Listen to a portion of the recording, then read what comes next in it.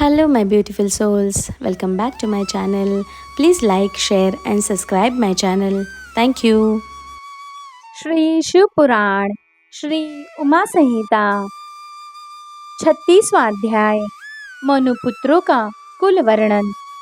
सूत जी बोले, ऋषिगण, वैवस्वत मनु के 9 पुत्र इक्ष्वाकु, शिविन, भाचु, दृष्ट, कार्याति, निष्तंत पुत्र प्रियव्रत और नृग थे। ये सभी महापराक्रमी वीर और क्षत्रिय धर्म का पालन करने वाले थे।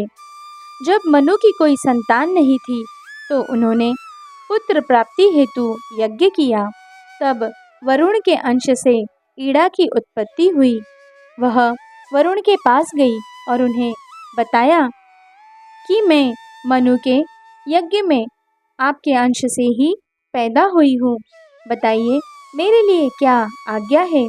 तब वरुण देव ने उसे मनुवंश को बढ़ाने की आज्ञा प्रदान की। जब ईड़ा मनु के घर की ओर जा रही थी तो रास्ते में बुद्धि से उसका मिलन हुआ और उनसे उसे पुरुरवा नामक पुत्र की प्राप्ति हुई, जिस पर उर्वशी नामक अप्सरा मोहित हो गई थी।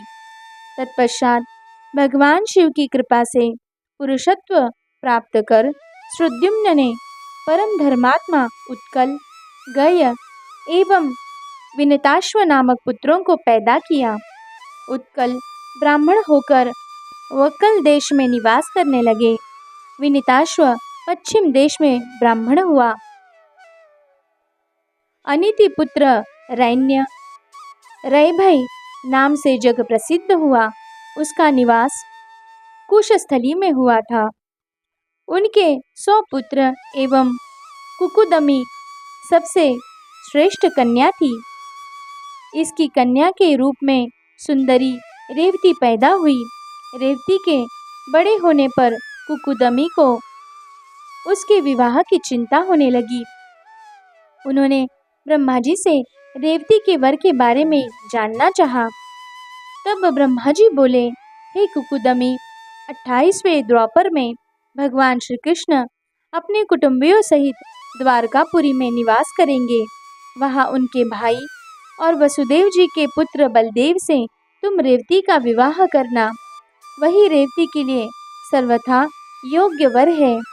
ब्रह्मा जी के कथनानुसार कुकुदमी ने रेवती का विवाह बलदेव जी से किया। स्वयं वे सुमेरु पर्वत पर जाकर तपस्या करने लगे। बलदेव के 100 पुत्र हुए। कृष्ण जी को भी अनेक पुत्रों की प्राप्ति हुई। वे सभी सारी दिशाओं में जाकर अनेक स्थानों पर बस गए। सूत जी बोले, मनु के पुत्र वृषहन वशिष्ठ जी के आश्रम में रहने लगे। उन्होंने उन्हें गौरक्षा के काम में लगा दिया। एक रात बाघ ने गौशाला पर आक्रमण कर दिया। गायों की रक्षा के लिए वृषहन तलवार लेकर गौशाला में चले गए और अंधेरे के कारण उनके वार से गाय कट गई और बाघ भाग खड़ा हुआ।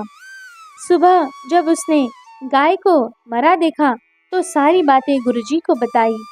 यह सब जानकर वशिष्ठ जी ने उसे शूद्र होने का शाप दे दिया।